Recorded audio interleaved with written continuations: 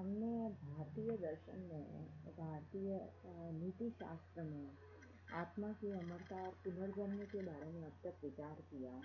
अब हम कर्म सिद्धांत के बारे में जानने की चेष्टा करेंगे। हमने देखा है कि भारतीय दर्शन में कर्म सिद्धांत जो है उसको महत्व सभी दार्शनिकों ने दिया है। चारवाक को अगर छोड़ दिया जाए तो लगभग सारे जो भारतीय दार्शनिक हैं वह अपने नीति शास्त्र में कर्म सिद्धांत को स्वीकार करते हैं। एक प्रचलित मुहावरा भी है कि जैसा बोओगे वैसा ही काटोगे। मनुष्य का प्रत्येक कर्म विश्व ऊर्जा में स्पंदन उत्पन्न करता है और यह स्पंदन या अशांति पूर्ण व्यापी होता है। जिस प्रकार किसी जलाशय में कंकड़ डालने से समस्त जलाशय में लहर उत्पन्न होती है, वह लहर लौटकर उसी स्थान पर शांत होती है जहाँ कंकड़ डाला गया था। इसी प्रकार प्रत्येक कर्ता को अपने कर्म का परिणाम भोगना ही पड़ता है। अवश्यमेव भोक्तव्यम कर्म फलम शुभाशुभम। साथ ही कर्म नियम व्यक्तिगत स्तर पर ही नहीं, सामाजिक, राष्ट्रीय और अंतर्राष्ट्रीय स्तर पर भी कार्य करता है। इसलिए देखा भी गया है कि एक के कर्म का फल दूसरा भी भोगता है। उदाहरण के लिए हम ऐसा देखते हैं कि हत्या के अपराध में पति को मिली फांसी की सजा के साथ पत्नी को भी अन्य दुख की सजा भी मिल जाती है। क्योंकि समस्त विश्व एक वृक्ष की भांति एक आंगिक समग्रता है और जिस प्रकार एक शाखा के काटे जाने पर समस्त वृक्ष क्षुब्ध होता है, ठीक वैसे ही एक मनुष्य के कर्म का फल अन्य व्यक्तियों को जो उससे जुड़े हैं उन्हें भोगना ही पड़ता है। इसलिए कहा जाता है कि जैसा बोओगे वैसा ही काटोगे। ये तो अटल नियम है, परंतु जैसा काट रहे हैं वैसा ही आपने बोया भी है। ये बात में कई बार व्यक्तियों को एक दिमाग में प्रश्न चिन्ह भी हो सकता है, परंतु नीति शास्त्र में मानवीय कर्म है वो मुख्य विचार का केंद्र है। मनुष्य जैसा कर्म करता है वैसा ही उसको फल मिलता है। भगवान ईश्वर उसको वैसा ही फल देते हैं। हम यदि कर्म के सिद्धांत पर विचार करें तो हमें पता चलता है कि कर्म जो होते हैं वह 3 प्रकार के होते हैं: प्रारब्ध कर्म, संचित कर्म और क्रियमाण कर्म।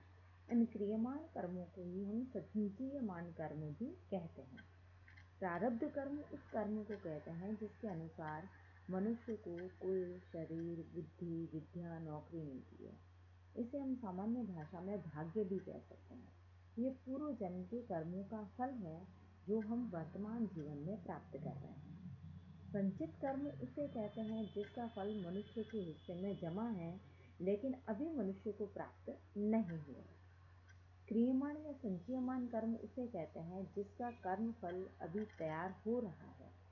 इस बात को हम एक उदाहरण से स्पष्ट रूप से समझ सकते हैं कि जैसे किसी मनुष्य ने जो अन्न खा लिया वह उसका प्रारब्ध कर्म है, जो उसके पास इकट्ठा है वह उसका संचित कर्म है, और जो अभी खेतों में बोया गया है लेकिन तैयार नहीं हुआ है, तैयार हो रहा है, उसे हम क्रियमाण कर्म कहते हैं। यही कर्म सिद्धांत भारतीय नीति शास्त्र की आधारशिला है। आगे हम बात करते हैं संकल्प की स्वतंत्रता की। तो भारतीय नीति शास्त्र मानव आचरण के बारे में अध्ययन करता है। वह एक मापदंड रखता है जिसके आधार पर मनुष्य को किसी कार्य के लिए उत्तरदायी ठहराया जा सके। नीति शास्त्र के इस सिद्धांत को संकल्प की स्वतंत्रता का सिद्धांत कहते हैं। किसी मनुष्य को विशेष कार्य के लिए तभी उत्तरदायी बताया जा सकता है जबकि वह उस कार्य को करने के लिए पूर्ण रूप से स्वतंत्र हो। यदि वह किसी कार्य को विवशता या दबाव में कोई कार्य करता है तो हमें उस कार्य के लिए उस व्यक्ति को दोषी नहीं मान सकते, उसके लिए उत्तरदायी नहीं मान सकते। भारतीय नीति शास्त्र में मानव के संकल्प की स्वतंत्रता की भी सीमा है। मनुष्य को पाप करने की स्वतंत्रता है, परंतु वह परम स्वतंत्र नहीं है। परम स्वतंत्र एकमात्र ईश्वर है। मानव की स्वतंत्रता नियमानुकूल है। कोई भी यात्री टिकट लेकर ट्रेन से यात्रा करने में स्वतंत्र है। मनुष्य की आंखें कुछ भी देखने को स्वतंत्र है, परंतु सूर्य के प्रकाश के अभाव में आंखें नहीं देख सकती। वास्तव में गीता के अनुसार समस्त संकल्पों का त्यागी ही स्वतंत्र माना गया है। इस दृष्टि से मानव में पवित्रता की मात्रा ही उसके संकल्प स्वतंत्र की मात्रा कहलाती है। यह स्वतंत्रता शुभ कर्मों में अशुभ कर्मों की अपेक्षा अधिक प्रकट होती है। अशुभ कार्यों में कर्ता के संकल्प को स्वतंत्र नहीं माना जा सकता। भारतीय नीति शास्त्र में संकल्प स्वतंत्रता लक्ष्य है और पवित्रता इसका साधन है। हाँ, चयन की स्वतंत्रता को स्वीकार किया गया है और यह चयन भी मानव की आंतरिक वृत्तियों से प्रभावित होता है।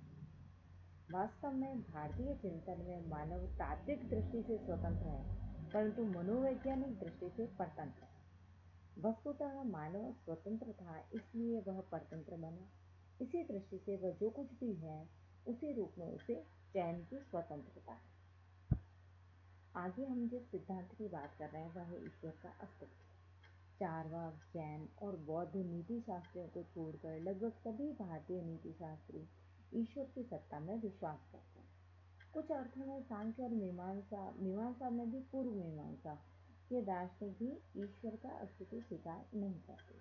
नीति शास्त्र में ईश्वर का अस्तित्व इसलिए स्वीकार किया जाता है कि ईश्वर की अध्यक्षता में सभी अच्छे बुरे कर्मों का निर्णय हो।